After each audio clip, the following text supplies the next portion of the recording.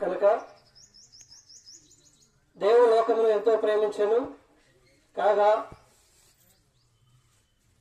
తన విజయ కుమారుడుగా పుట్టిన వారి విశ్వాసము ప్రతి వాడును నశింపకున్నట్లు నిత్య జీవం పొందినట్లు ఆయనను అనుగ్రహించెను.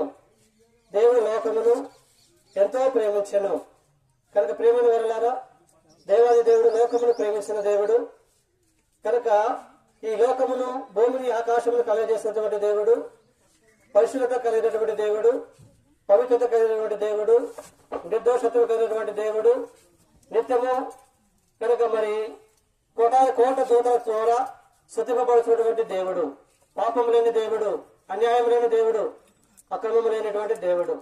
కనుక ఈ లోకంలో ఎందుకు పుట్టవలసి వచ్చింది అంటే సర్వ మానవాళి పాప పరిహారం కొరకై ఆయన పుణ్య రక్తాన్ని చిందించేదాని కొరకు, పాప క్షమాపణ విడుదల విమోచన కలగజేసేదాని కొరకై యేసు ప్రభువు లోకంలో జన్మిస్తూ వచ్చారు.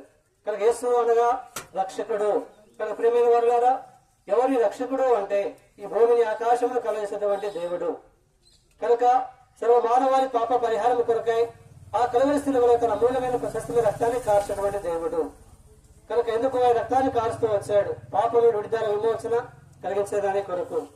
కనుక మానవుడు కోరుకున్నటువంటి శాంతి, సంతోషం, సమాధానములు అనుగ్రహింపజేసేదాని కొరకు. కనుక నిత్యత్వం కొరకై ఆయన్ని సిద్ధపరిచేదాని కొరకు. కనుక దైవాది ధనవంతుడు ఏమిటి కూడా